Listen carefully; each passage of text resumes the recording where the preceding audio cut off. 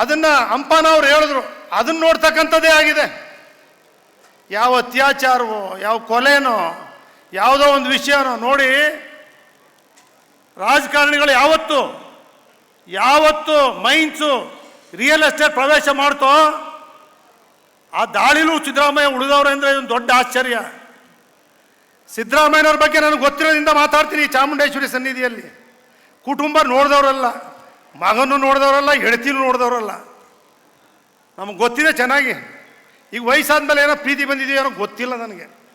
ಅವರು ಯಾರು ಒಳ್ಳೆ ಕೆಲಸ ಮಾಡಿದ್ದಾರೆ, ವೀರೇಂದ್ರ ಪಾಟೀಲ್ ಇರಲಿ, ಕೆಂಗಲ್ ಹನುಮಂತಯ್ಯನಿರಲಿ, ಹೆಗ್ಡೆಯವರಿರಲಿ, ದೇವೇಗೌಡರಿರಲಿ, ಯಾರೇ ಅಸೆಂಬ್ಲಿನವ್ರು ಇರಲಿ, ಒಳ್ಳೆ ಕೆಲಸಗಳನ್ನ ಏನು ಮಾಡಿ ಬಿಟ್ಟೋಗಿದ್ದಾರೆ ಸ್ಮರಣೆ ಮಾಡ್ತಾ ಇಲ್ಲ.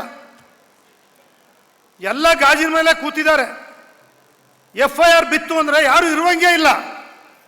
BJP ಅಶೋಕ್ ಅವರು ಇರುವಂಗಿಲ್ಲ, ಜನತಾದಳ ಇರುವಂಗಿಲ್ಲ, ಕಾಂಗ್ರೆಸ್ ಇರುವಂಗಿಲ್ಲ. FIR ಬಿದ್ದಟ್ಟಿಗೆ ರಾಜೀನಾಮೆ ಕೊಡಬೇಕು ಅಂದರೆ ಸಿದ್ದರಾಮಯ್ಯನವರ ಅನಿರೀಕ್ಷಿತ ಘಟನೆ, ಆಕಸ್ಮಿಕ ಘಟನೆ, ಇದನ್ನ ರಾಜ್ಯಪಾಲರು ಇನ್ವೆಸ್ಟಿಗೇಷನ್ ಮಾಡಿ ಅಂತ ಹೇಳಿದ್ರು.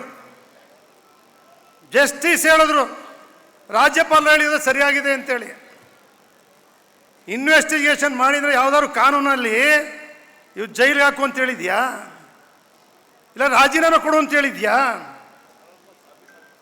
ಇಲ್ಲ ಯಾರು ರಾಜೀನಾಮೆ ಕೊಡು ಅಂತ ಹೇಳಿದ್ಯಾ ಕೋರ್ಟು, ಇಲ್ಲ ರಾಜ್ಯಪಾಲರು ಹೇಳಿದಾರ, ಇಲ್ಲ ಜೈಲಿಗೆ ಹಾಕಿ ಅಂತ ಹೇಳಿದಾರ. ಬೇರೆ ಕೆಲಸ ಇಲ್ವ ಮಾಡಲಿಕ್ಕೆ ಅಭಿವೃದ್ಧಿ ಕೆಲಸಗಳು?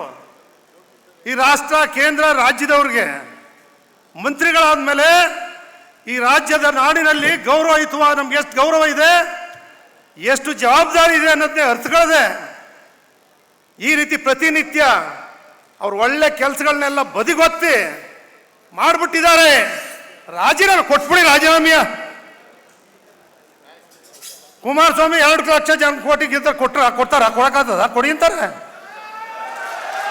ಸಿದ್ದರಾಮಯ್ಯನವ್ರು 136 ಜನ DK ಗೆದ್ದಿದ್ದಾರೆ. ಆ ರಾಜೀನಾಮೆ ಕೊಟ್ಬಿಡಿ.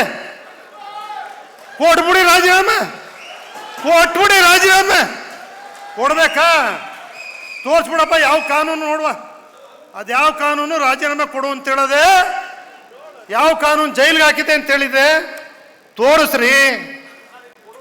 ರಾಜ್ಯದಲ್ಲಿ ಏನ್ರಿ ನೋಡ್ಬೇಕಾಗಿದೆ? ರಾಜ್ಯ ಏನು ನೋಡ್ಬೇಕು ಜನ? ಕರ್ನಾಟಕ ಭಾರತ ದೇಶಕ್ಕೆ ಮಾದರಿ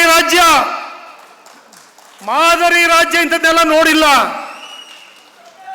ಮಹಾನ್ ಪುರುಷರಿದ್ರು, ಆದರ್ಶ ವ್ಯಕ್ತಿಗಳಿದ್ರು. ಕಾಂಗ್ರೆಸ್ ಅನ್ನು ಮೈಸೂರಿನವರೇ ಕಟ್ಟವ್ರೆ, ದಳನೂ ಇಲ್ಲಿಂದಲೇ ಹುಟ್ಟಿದೆ.